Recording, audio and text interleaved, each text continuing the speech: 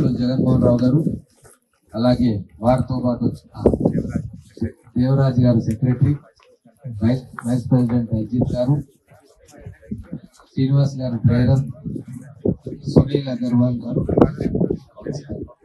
అలాగే మా జిల్లాకు సంబంధించి ఇక్కడ జిల్లా పార్టీ రాజశేఖర్ గారు,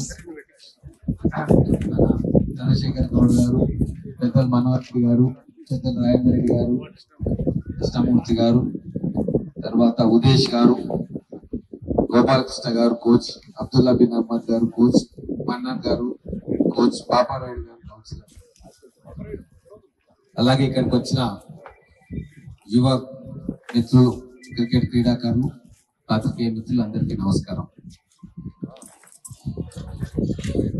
మొత్తం తెలంగాణలోనే మన మహబూబ్ నగర్ క్రికెట్ అసోసియేషన్ సంబంధించిన ఈ గ్రౌండ్, ఈ పరిసరాలు నెంబర్ 1 ఫెసిలిటీస్ తోటి భవిష్యత్ క్రీడాకారులను తయారు చేయాలని చెప్పి మనస్ఫూర్తిగా కోరుకునే వాళ్ళలో నేను కూడా ఒకటి. నేను కూడా క్రికెట్ ఆడినాను, అంటే మామూలుగా ఆడలేదు, చాలా సీరియస్ గానే ఆడినా. చాలా దగ్గర రిప్రజెంట్ కూడా చేసినాం, తర్వాత యూనివర్సిటీ కూడా ఆడినా. కాబట్టి నాకు ప్రత్యేకమైన అభిమానం ఈ క్రీడ అంటే. ఇప్పుడు అదృష్టవశాత్తు మా మిత్రులు నేనేమైనా అడిగితే తీసేయలేరని అనుకుంటున్నా, అటువంటి మిత్రులు ఇప్పుడు HCA ప్రెసిడెంట్ అయింది.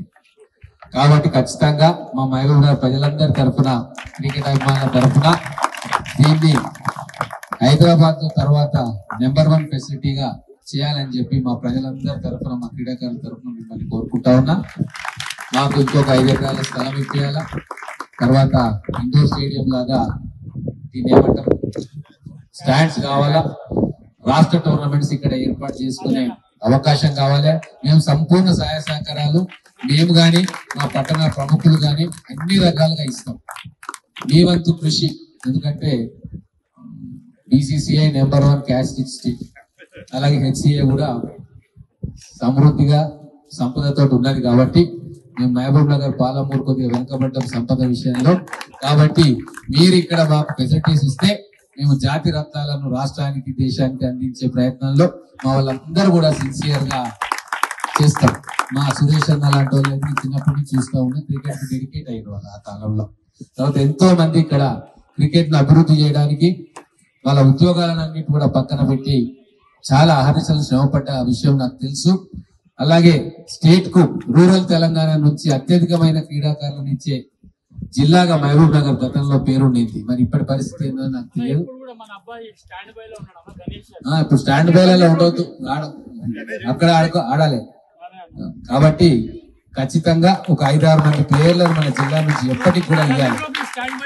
Ranji trophy, very good, very good, Congress. నా పేరు Ganesh, good good, very good, okay.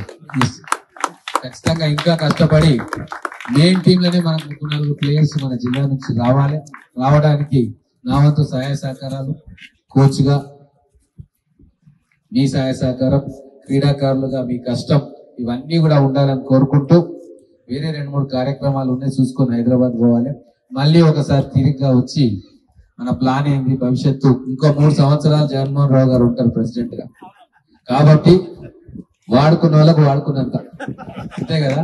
ఖచ్చితంగా మీ డిమాండ్లు పెడితే వారి వెంబడి పడి, ఎందుకంటే వారికి కూడా మహబూబ్ నగర్ అంటే ప్రేమ ఖచ్చితంగా ఉంటది. ఎందుకంటే కొద్దిగా వెనక్కు నెట్టేయబడ్డ ప్రాంతం కాబట్టి ఇక్కడ నుంచి క్రీడాకారులు రావాలి. ఒక్క క్రీడాకారులు చూసి 1000 మంది క్రీడాకారులు స్ఫూర్తి పొందాలి.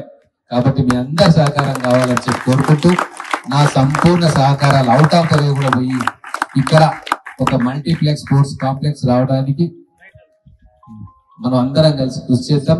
దానికి HCA ప్రెసిడెంట్ చాలా చిన్న వయసులోనే HCA ప్రెసిడెంట్ అయింది కాబట్టి